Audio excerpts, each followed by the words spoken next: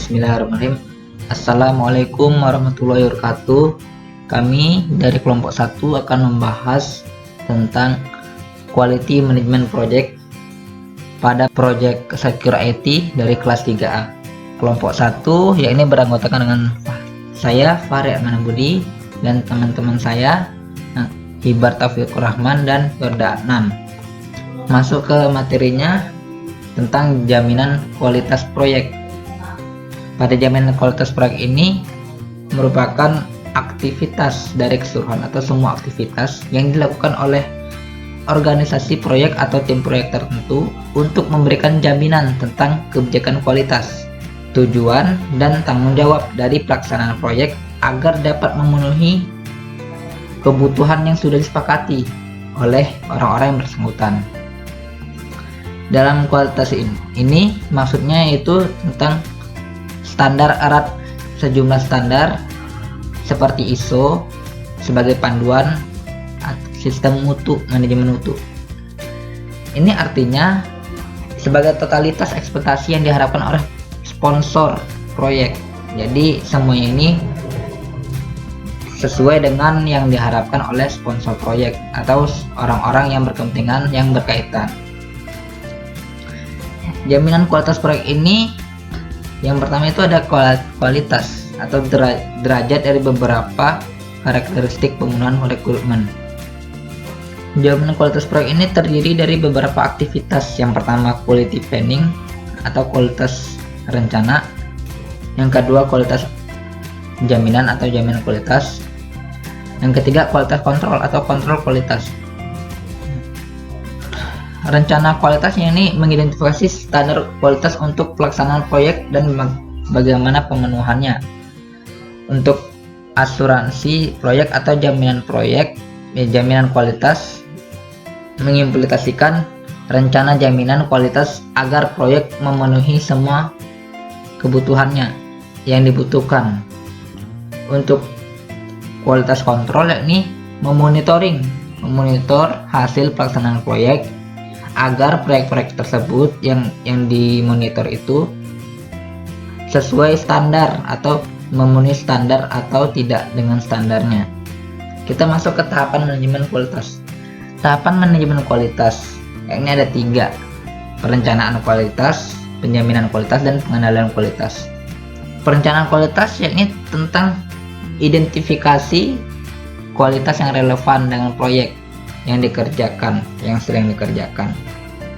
Dalam perencanaan ini menentukan bagaimana agar kualitas dari perencanaan ini memenuhi standar sehingga bisa terbilang proyek tersebut layak untuk dijalankan. Yang kedua, penjaminan kualitas yakni menjalankan suatu rencana proyek yang sudah direncanakan untuk menjamin bahwa tim proyek sudah menjalankan semua proses yang dibutuhkan untuk memenuhi standar kualitas yang relevan. Dalam penjaminan kualitas ini ialah menjamin bahwa tim proyek itu semua proses yang dilakukan ataupun yang dibutuhkan itu memenuhi standar yang sudah sesuai syarat. Yang ketiga, pengendalian kualitas, memonitoring hasil-hasil proyek yang spesifik untuk memeriksa apakah sudah memenuhi kualifikasi standar relevan yang sudah disepakati dan mengidentifikasi cara untuk meningkatkan kualitas secara menyeluruh. Ini untuk memonitoring, untuk mengetahui hasil-hasil proyek tersebut apakah sudah memenuhi standar atau belum, untuk mengetahui di mana kekurangan proyek dan ketepatan atau kelayakan proyek. Ya, untuk slide selanjutnya akan dilanjutkan oleh teman saya. Baik, kita akan masuk kepada input perencanaan kualitas. Di sini ada enterprise environmental factor, yaitu ada struktur dan budaya organisasi, kemudian ada standar industri, ada fasilitas atau perawatan, kemudian ada sumber daya manusia, kemudian ada project management information system, kemudian ada stakeholder, dan terakhir ada standard estimating database. Masih lanjut, dari input perencanaan kualitas ada organizational process assets, yaitu proses dan prosedur organisasi dalam melaksanakan proyek. Contohnya ada organisasi, cara kerja, keuangan. Kemudian ada juga informasi dan standar organisasi. Contohnya itu ada gaji, dokumen proyek. Kemudian ada project scope statement, dan yang terakhir ada project management plan.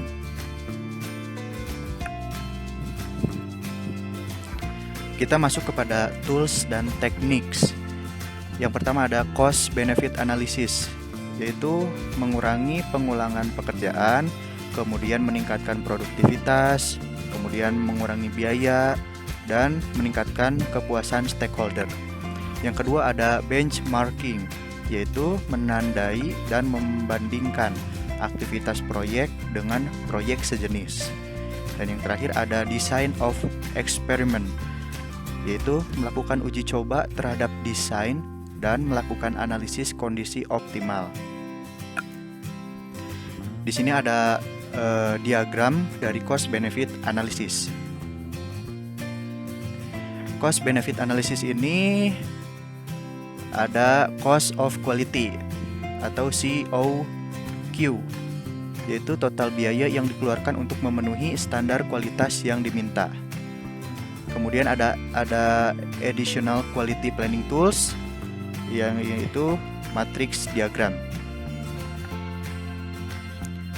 Kemudian ada quality planning outputs. Quality ada di dalamnya itu ada quality management plan, kemudian ada quality matrix yang di dalamnya juga ada tingkat kegagalan dan juga tingkat penyelesaian.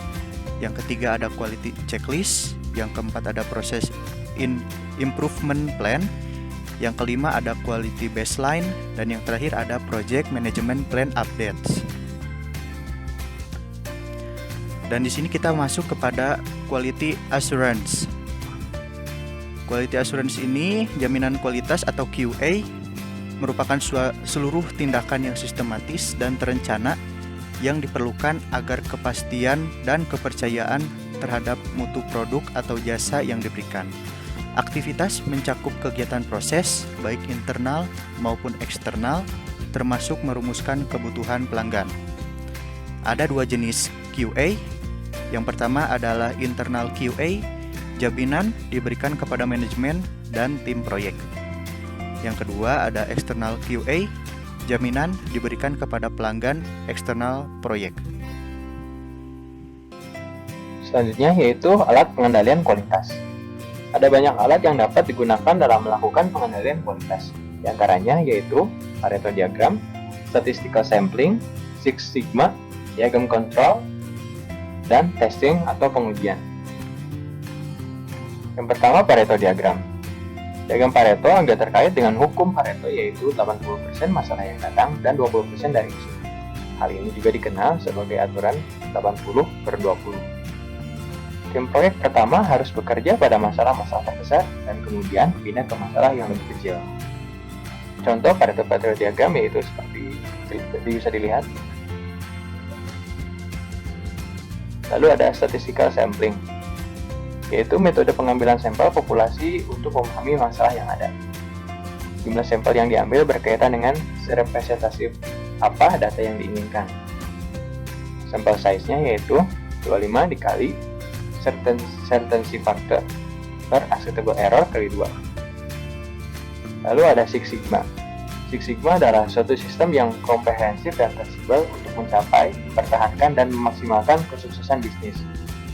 Six Sigma adalah unik didorong oleh pemahaman dekat kebutuhan pelanggan, penggunaan disiplin fakta, data, dan analisis statistik, dan perhatian untuk mengelola, memperbaiki, dan proses bisnis menciptakan kembali. Target kesempurnaan adalah mencapai tidak lebih dari 3.4 kegagalan per sejuta peluang. Prinsip Six Sigma dapat diterapkan pada berbagai proses bisnis. Proyek yang menggunakan Six Sigma sebagai alat kendali kualitasnya biasanya menggunakan 5 fase pengembangan, yaitu disebut DMAIC. DMAIC ini apa? Yaitu mendefinisikan masalah, peluang, proses, dan kebutuhan pelanggan. Ada measure, mendefinisikan pengukuran, mengumpulkannya, mengaturnya, dan menampilkan data. Lalu ada analyze, yaitu membedah masalah untuk mendapatkan peluang peningkatan kualitas, biasanya menggunakan fishbone atau Ishikawa diagram. Yaitu ada improve, mensintesis solusi dan ide untuk menyelesaikan masalah berkaitan dengan kualitas. Yang terakhir control, yaitu verifikasi kestabilan, peningkatan dan solusi yang sudah diprediksi. Untuk penerapannya yaitu contohnya, pertama Motorola Inc. mempelopori penerapan Six Sigma di tahun 1980 dan menghemat sekitar 14 miliar dolar. Selanjutnya ada Allied Signal atau Honeywell yang menyimpan lebih dari 600 juta dolar setahun dengan mengurangi biaya catat ulang dan meningkatkan proses desain mesin pesawat udara. Yang terakhir contohnya itu General Electric yang menggunakan Six Sigma untuk fokus pada pencapaian kepuasan pelanggan. Diagram kontrol. Sebuah diagram kontrol yang merupakan tampilan grafis dari data yang menggambarkan hasil dari suatu proses dari waktu ke waktu. Ini membantu mencegah cacat dan memungkinkan untuk menentukan apakah suatu proses dalam kontrol atau di luar kendali. Diagram kontrol dapat digunakan untuk memantau berbagai jenis variabel output. Meskipun digunakan paling sering untuk melacak aktivitas berulang yang diperlukan untuk memproduksi barang-barang manufaktur, diagram kontrol juga dapat digunakan untuk memantau variasi biaya dan jadwal, volume, dan frekuensi perubahan ruang lingkup, atau hasil manajemen lainnya untuk membantu menentukan apakah proses manajemen proyek terkendali. Ini contoh diagram kontrolnya. Lalu ada testing atau pengujian. Testing atau pengujian ini banyak digunakan dalam proyek-proyek IT. Banyak profesional IT yang melakukan testing hanya di bagian akhir pembuatan produk. Testing seharusnya dilakukan pada tiap tahapan dalam siklus hidup pembangunan produk. Ini untuk testing task dalam SDLC. Ini contoh Gantt untuk proses testing.